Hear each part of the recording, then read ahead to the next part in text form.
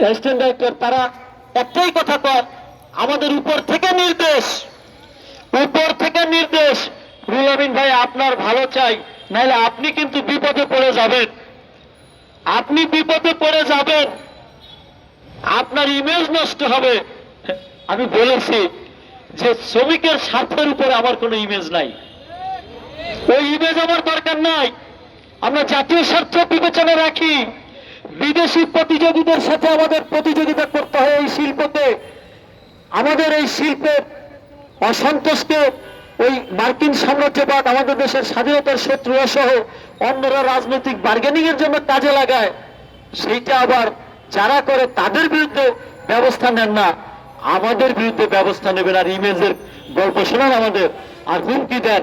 এই হুমকি দিয়ে লাভ হবে না, হুমকি দিয়ে লাভ হবে না।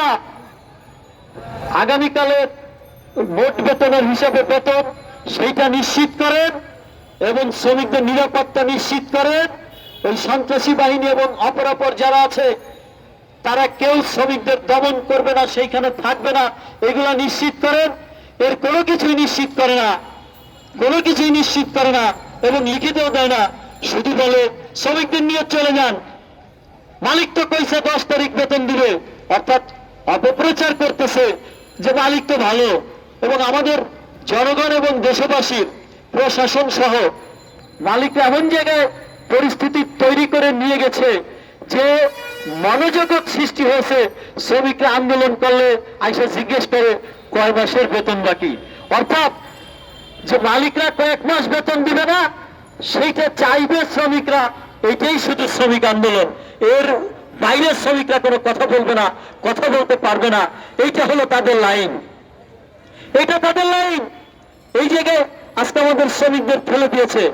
সুতরাং আমরা পরিষ্কার করে বলতে চাই যে আপনাদের উন্নয়ন, এই মেট্রো রেল, আপনাদের গাড়ি, আপনাদের বাড়ি, এই যে শ্রমজীবী মানুষ, শ্রমিক, কৃষক আর আমার বিদেশি শ্রমিক, এই তিনটার উপর ভিত্তি করে বাংলাদেশের অর্থনীতি দাঁড়িয়ে আছে।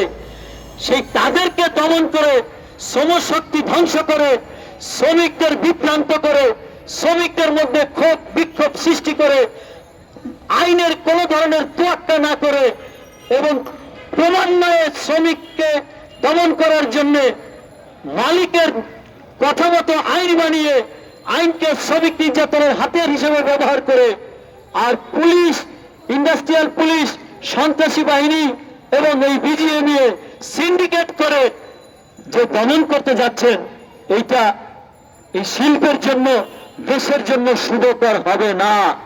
কেননা সমস্ত শ্রমিকদের মধ্যে আজকে পেটে ক্ষুধার আগুন আর বুকে নির্যাতনের বিরুদ্ধে, নির্যাতনের কারণে যন্ত্রণার আগুন।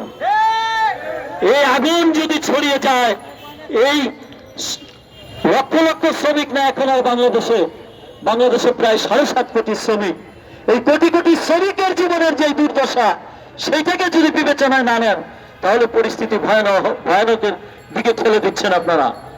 শেষ করতে চাই এই কথা বলে যে 25 তারিখের চুক্তি বাস্তবায়ন এবং সব ষড়যন্ত্র বন্ধ করে, অপপ্রচার বন্ধ করে সুষ্ঠু সমাধান এবং শ্রমিকের ন্যায্য পাওনা সেইটা নিশ্চিত না করে যতই হুমকি ধমকি দেন, হুমকি ধমকি দিয়ে আমাদেরকে দমন করতে পারবেন না এবং উস্কানি দিয়েও আমাদের আন্দোলনকে সুশৃঙ্খল থেকে, দৃঢ় আন্দোলন থেকে একটা নৈরাজ্যের দিকে ঠেলে দিবেন, সেইটা করতে পারবেন না।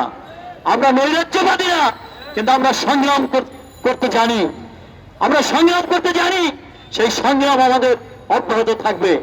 আমরা এইখান থেকে প্রধানমন্ত্রীকে স্মারকলিপি দিতে হয় একটা কারখানার ব্যাপারে। লজ্জা হওয়া উচিত আমাদের বিভিন্ন দপ্তরের দায়িত্বরতদের এবং ওই বিজিএমইএর, যে একটা কারখানার সমস্যা সমাধান না করে সেইটাও প্রধানমন্ত্রীর হস্তক্ষেপ লাগে। এর আগে আমরা দেখেছি, আমরা তোবা গার্মেন্টসে দেখেছি, আমরা স্টাইল ক্রাফটে দেখেছি, আমরা ন্যাশনাল কেমিক্যালে দেখেছি, আমরা সোয়ান গার্মেন্টসে দেখেছি, এরকম অনেক কারখানা প্রধানমন্ত্রীর হস্তক্ষেপ করতে হয়। এতেও রাষ্ট্রের কি ক্ষতি হয় বিবেচনা করবেন, বিবেচনা করবেন। যে কেন একটা কারখানার সমস্যা, সেটার জন্য প্রধানমন্ত্রীর কাছে যেতে হয়। কারখানা একটি, কিন্তু এই একটি কারখানার যে ৯৫০ শ্রমিক, সেই ৯৫০ শ্রমিক এবং তার পরিবার আজকে বুঝতেছি যে কি যন্ত্রণায়, অনাহারে, অর্ধাহারে, মানবেতর জীবনযাপন করতে হচ্ছে। একটা দুঃসহ জীবন। সারা রাত মুক্তি ভবনের জায়গা হয় না, সিঁড়ির গোড়ায় ঘুমাতে হয়, এবং ভাগ করে কেউ অধরাত ঘুমায়, আবার অনেকে সজাগ থাকতে হয়। ডেলি একবেলা কোন রকম খেয়ে তারপরে জীবন বাঁচাতে হচ্ছে। এই জন্য কি আমাদের দেশে ৩০ লাখ মানুষ জীবন দিয়ে স্বাধীনতা এনেছিল? এই কতিপয় লুটেরা পুঁজিপতির কাছে, কতিপয় গ্রুপ অফ ইন্ডাস্ট্রির মালিকের কাছে দেশ, রাষ্ট্র, ক্ষমতা, সমাজ সবকিছু চিপি করে দেওয়ার জন্য, আর এই কোটি কোটি মানুষের জীবনে এই দুর্দশার জন্য। এটা হতে পারে না, এটা আমরা মানতে পারি না। আমরা তাই পরিষ্কার করে বলতে চাই, আমরা সমাধান চাই, কিন্তু সেটা যৌক্তিক এবং ন্যায্য সমাধান। আমরা অন্যায় দাবি করলে বলেন কোনটা অন্যায় করেছি। আমাদের আইন মালিক মানে নাই, না মেনে যেই সব বন্ধে, সেইটা আমরা দাবি করেছি। আমরা কারখানা চালুর কথা বলেছি, আমরা উৎপাদন করতে চাই, আমরা কাজ করে খেতে চাই। আমরা কাজ না করে তো টাকা নিতে চাই না, কাজ না করে টাকা নিতে চাই না। কেন সহজ জিনিসকে কঠিন করে আমাদের দমন করার লাইন নিয়েছেন? সহজ জিনিসকে কঠিন করে, কেননা মালিকের কি সমস্যা আলোচনা করতে পারত, সে উপস্থিত হয়ে সমস্যা বলে আলোচনা করে শ্রমিকের সমস্যার সমাধান, মালিকের সমস্যার সমাধান সবটাই করা যেত।